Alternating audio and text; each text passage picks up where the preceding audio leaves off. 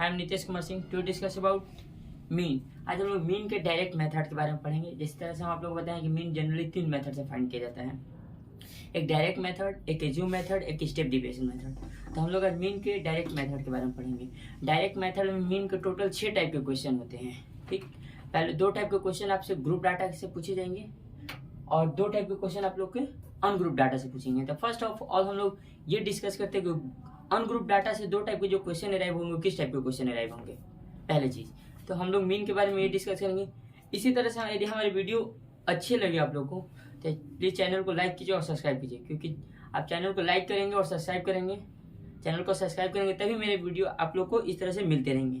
Thank you. चलिए अब हम लोग डिस्कस करते हैं टॉपिक डायरेक्ट मेथड। मीन के डायरेक्ट मेथड के बारे में हम लोग डिस्कस करते हैं। तो मेरे पास 2 क्वेश्चन है, एक ये एक क्वेश्चन, ये 2 टाइप हुए। पहला टाइप में हमारे पास जो डाटा दिया रहेगा डायरेक्ट इसका मीन फाइंड किया रहेगा। ठीक, उसी तरह से ये जो डाटा दिया इसमें आपके पास एक वेरिएबल टर्म दिया रहेगा, इसमें जो दूसरा क्वेश्चन है 2 वेरिएबल टर्म का पूछेगा। ये 3 टाइप हो गए अनग्रुप डाटा के। उसी तरह से ग्रुप डाटा के भी 3 टाइप होंगे। एक नॉर्मली जो मीन फाइंड करना होगा, दूसरा एक वेरिएबल टर्म देके, तीसरा जो 2 वेरिएबल टर्म देके इस तरह से हम लोग को फाइंड करना रहेगा।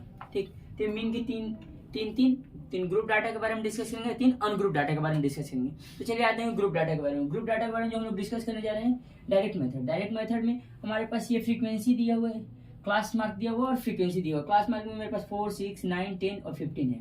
फ्रीक्वेंसी है 5, 10, 7 और 8। ये बता रहा है कि 4, 5 टाइम्स है। ठीक, तो ये 5 मेरे पास है 5, 10, 7 और 8।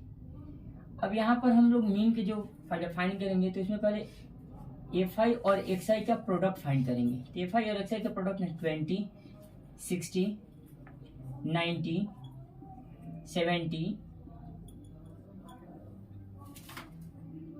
120। ठीक, अब इसका सम निकालेंगे तो सिग्मा एफआई, सम को एफआई कहेंगे, और यहाँ पे इसका सम निकालेंगे तो सिग्मा एफआई एक्सआई, यानी ये दोनों का सम। तो इसको ऐड करेंगे तो 10, 5, 15 और 15, 10, 25, 25, 32, यानी टोटल हो जाएगा मेरे पास 40। अब इसका सम कीजिए तो 0, 8, 17, 7, 6 और 3, 6 और यहाँ पर आपका हो जाएगा 360। ये मीन हो गया। अब देखिए मीन का फॉर्मूला क्या होता है। Mean equal to sigma F I X I by sigma F I. Sigma F I X I यानी सिग्मा एफआई मेरे पास है 360 और ये मेरे पास सिग्मा एफआई मेरे पास दिया हुआ 40।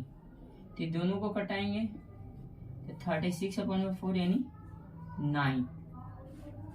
मेरे पास मीन जो आ गया बस 9 मीन निकल के आ गया। ये क्वेश्चन दिया हुआ तो क्वेश्चन में एफआई और एक्सआई दिया हुआ था, ये वेरिएबल टर्म में दे सकते हैं, जैसे कि यहाँ पर दिया हुआ ये एक्स और वाई को भी लिख सकते हैं। बस हमको ये जानना है कि ये जो नंबर है, ये जो दिया हुआ है नंबर एक सीक्वेंस में चला जाएगा या फिर एक बाद में होगा, डिक्रीजिंग ऑर्डर में होगा। जनरली रूप से मानिए तो पहले 4, 6, 9, 10, यहाँ पे देखिए 5 है, फिर 10 है, फिर 10 है, फिर 7 है, फिर 8 है। तो फ्रीक्वेंसी है, ये मेरा क्लास मार्क दिया हुआ है। तो फ्रीक्वेंसी और क्लास मार्क, तो पहले हम फ्रीक्वेंसी और क्लास मार्क लिख दिया, दोनों का प्रोडक्ट निकालेंगे। तो दोनों का प्रोडक्ट फाइंड कर लिए एफआई एक्सआई का 20, 60, 90, 70 और 120। उसी तरह से सिग्मा एफआई फाइंड किया, तो सिग्मा एफआई जनरली जो हुआ मेरा ये सब का सम हो गया। सिग्मा का मतलब क्या हो गया, टोटल का सम, और सिग्मा एफआई एक्सआई का मतलब एफआई और एक्सआई के प्रोडक्ट का सम। तो सिग्मा एफआई को जो सम आया था मेरे पास 40 आया था, और सिग्मा एफआई एक्सआई जो मेरे पास निकल के आया था वो मेरे पास 360 आया था। तो मीन का फॉर्मूला हो गया sigma F I X I by sigma FI. तो सिग्मा एफआई एक्सआई यानी 360 और ये 40, इसको कटा दिए तो मेरा 9। ये मीन आ गया 9 फर्स्ट टाइप से। हम जनरली बोले कि 3 टाइप के, पहले अनग्रुप, ये सारा जो क्वेश्चन है अनग्रुप डाटा का क्वेश्चन है। अनग्रुप डाटा में पहले हम लोग मीन फाइंड कर लिए कि किस तरह से मीन फाइंड। उसी तरह से आते हैं कि अनग्रुप डाटा का आपके पास वेरिएबल टर्म दिया रहेगा तब मीन फाइंड करने का क्या प्रोसेस होता है। इसलिए अब मेरे पास वेरिएबल टर्म दे दिया, जैसे कि देखिए यहाँ पर ये एक्सआई है, जो एक्स वाला टर्म है, बोले ना कि एक सीक्वेंस में अरेंज होगा 3, 5, 7, 9, 11, 13। ये एफआई है 6, 8, 15, P8, 4। अब यहाँ पे देखिए ये जो मेरे पास मीन दिया हुआ, इसमें ऑलरेडी मीन मेरा दिया हुआ 7.5, बस मीन जो दिया हुआ है, मीन ऑलरेडी दिया हुआ है 7.5। हमको क्या करना है कि इससे वैल्यू फाइंड करना है कि पी का वैल्यू क्या होगा। ओके, जैसे मान लीजिए कि जनरली हम इसको ऐड करते हैं तो यहाँ पे मेरा आ जाएगा sigma F I. Sigma F आई देखिए क्या आएगा, 8 6 14 और 15 29 पी तो अलग रहेगा तो पी का फॉर्म 29 और 8 37 और 4 41। ठीक, 41 मेरा आ गया क्या, mean. 41 plus P sigma F I आ गया। अब हमको फाइंड क्या करना है, मीन फाइंड करना है। तो पहले हम एफ आई और एक्स आई का प्रोडक्ट जान लेते हैं। एफ आई और एक्स आई का प्रोडक्ट मेरा होता है क्या है, 18 40 105 9p 88 52। ये मेरा ये हुआ। यहाँ पर देखिए सिग्मा एफ आई और एक्स आई। तो सबसे ओवरऑल पहले मेरे 9p को हम अलग कर लेते हैं। 9p अलग हो गया। इसमें आपका यहाँ पर वेरिएबल टर्म में कुछ भी वेरिएबल टर्म दे सकता है, एक्स वाई कुछ भी वेरिएबल टर्म दे सकता है जनरली रूप से, ए बी सी कुछ भी हो सकता है। इसी में 3 तरह के वेरिएबल टर्म आएंगे। यहाँ पर दियो इस तरह 2 वेरिएबल टर्म, 3 वेरिएबल टर्म हम लोग को नॉर्मली आप लोग को पढ़ना नहीं है, 2 वेरिएबल टर्म हार्डली पढ़ना है। ठीक, अब यहाँ पर आते हैं हम लोग, इसको ऐड करेंगे।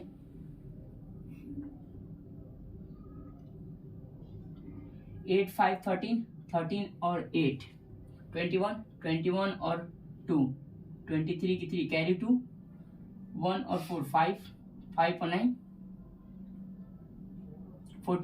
14 और 8 22 और 5 27। आपको टोटल आ जाएगा 303 नॉर्मली ऐड करेंगे तो। ठीक, अब यहाँ पर आते हैं हम लोग मीन का। Mean is equal to sigma F I X I by sigma F I. Sigma F I X I by sigma F I.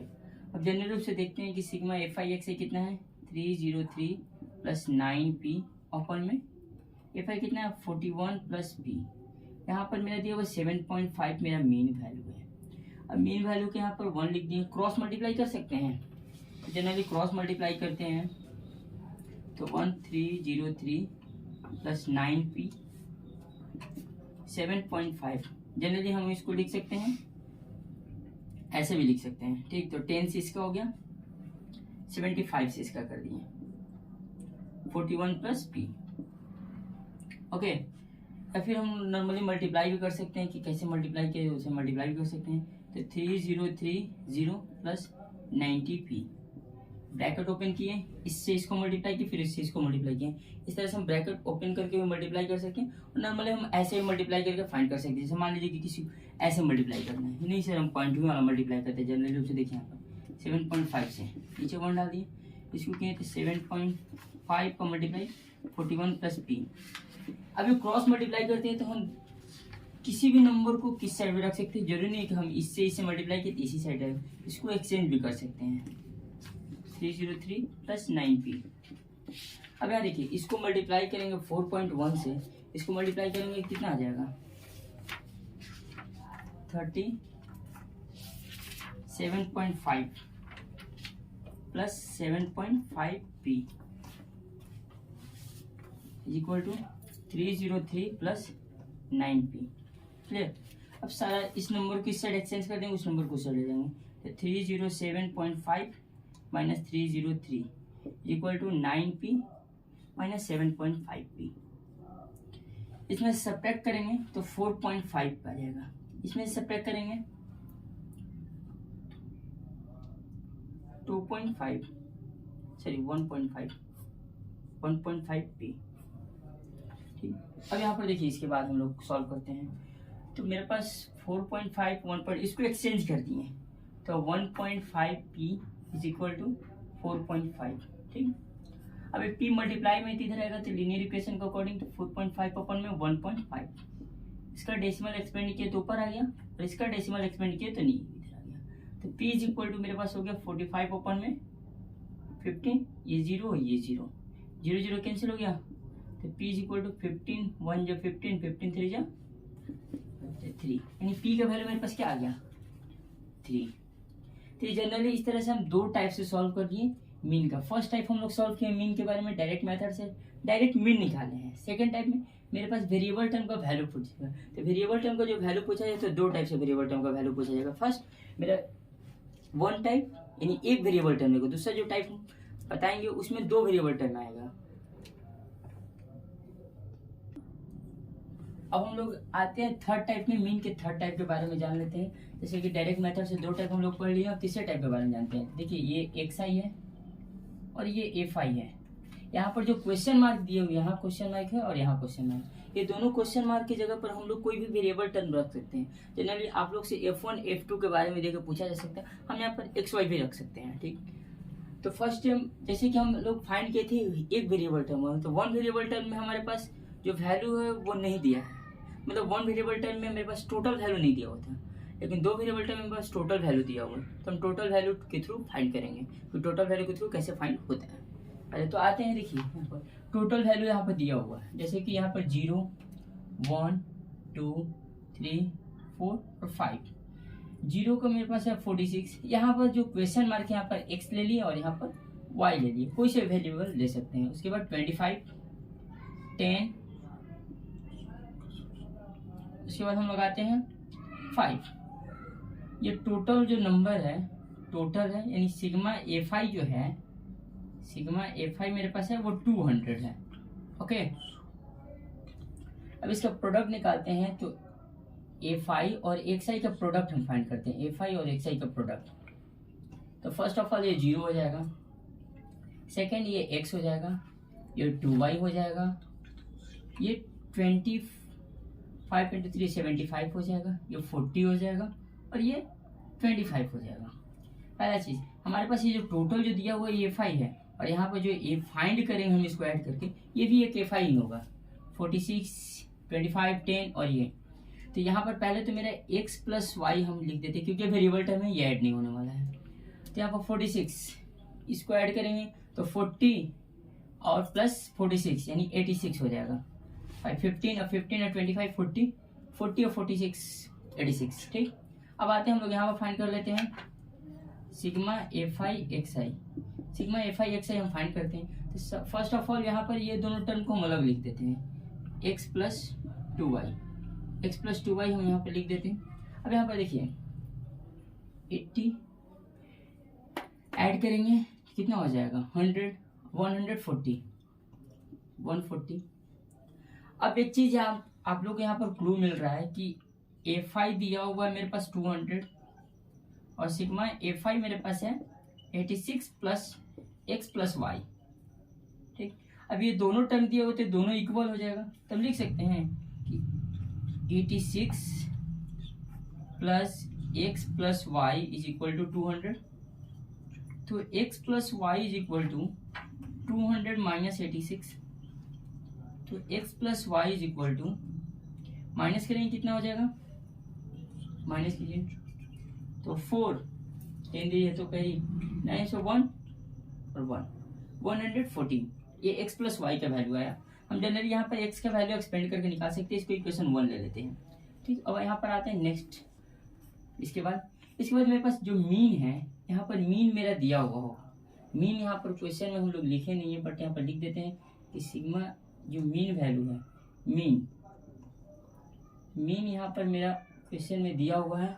Mean इस क्वेश्चन में मेरे पास दिया हुआ है आपका मीन 1.46 है, 1.46 मेरे पास मीन दिया हुआ है। ठीक, अब यहाँ पर जनरली हम लोग फाइंड करते हैं कि मीन सिग्मा fi xi अपन में सिग्मा fi xi ओपन में सिग्मा fi, तो ये वैल्यू है मेरे पास 1.46। सिग्मा fi xi का वैल्यू देखिए कितना है, ये 200 है और ये 140 प्लस x प्लस 2y और यहाँ पर 200।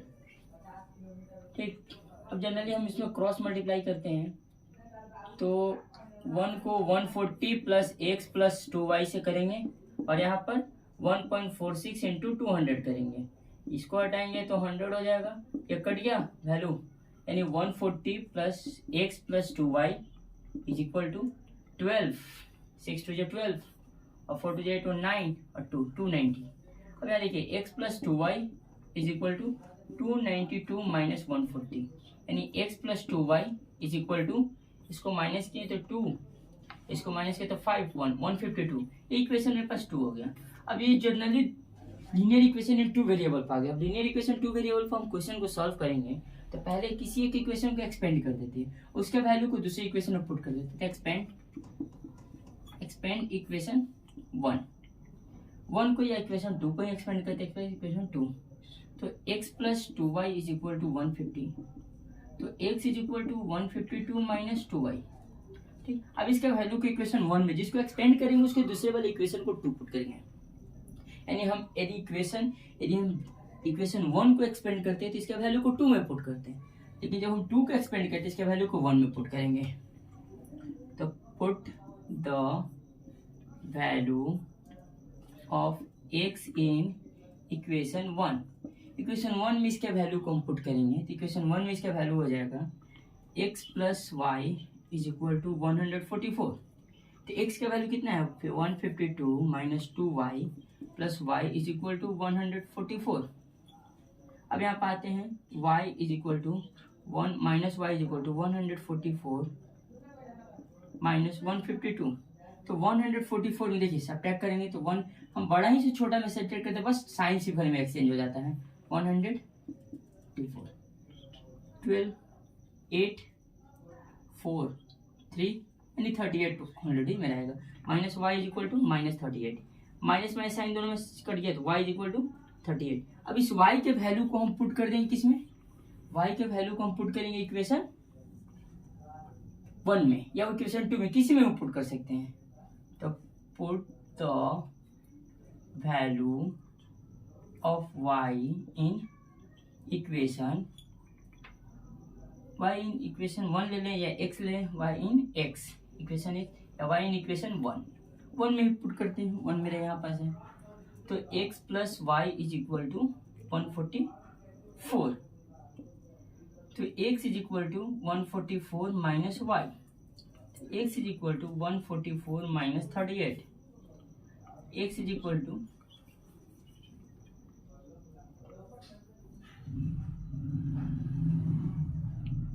76, यानी x का वैल्यू मेरे पास कितना आ गया 76 और y के वैल्यू मेरे पास कितना आ गया 32।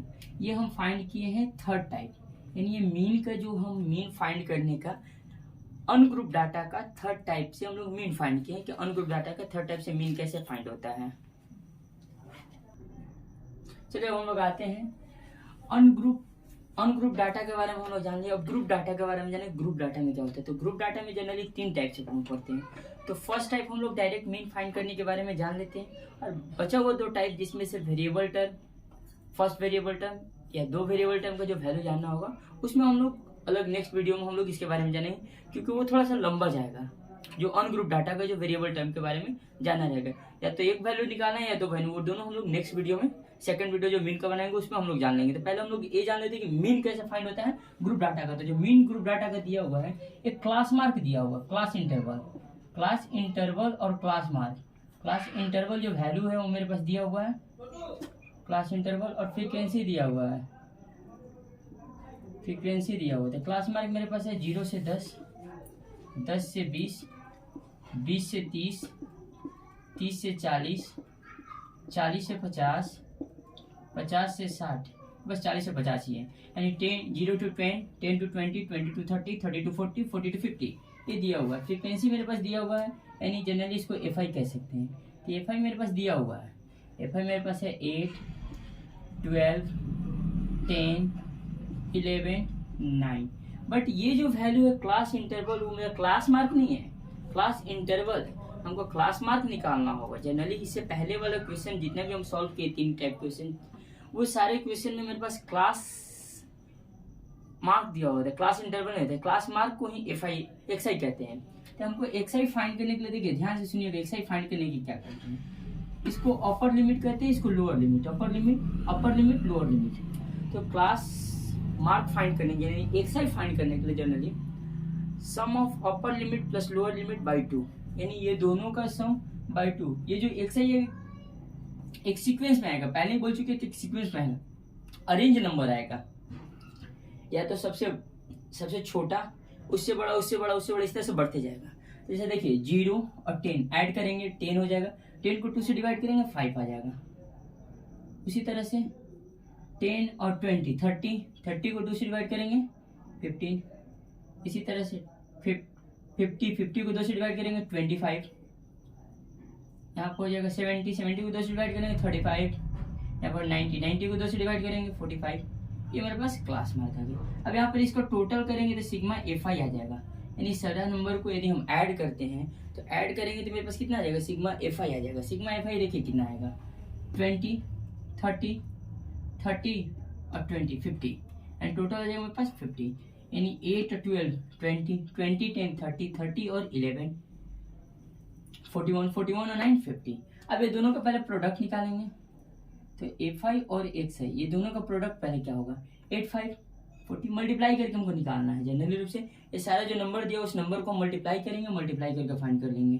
तो यहाँ पर देखिए तो 180 250 इसको मल्टीप्लाई करेंगे। तो जनरली देखिए ये जो डिजिट का मल्टीप्लाई आप लोग को शॉर्ट ट्रिक से भी जानते होंगे कि कैसे फाइंड किया जाता है, ऐसे भी नॉर्मली कैसे फाइंड किया जाता है वो होता है।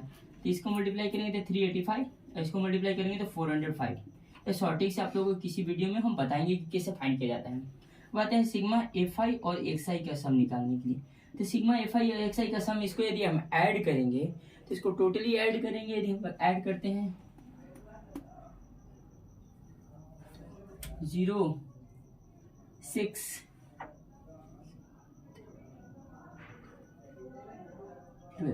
12 16, यानी मीन जो हो जाएगा, मीन जो होगा XI जो होगा वो sigma FI XI by sigma FI, यानी 1260 अपॉन में 50। इसको कटाएंगे तो इसको कटाएंगे तो नॉर्मली मेरे पास आ जाएगा 25.2।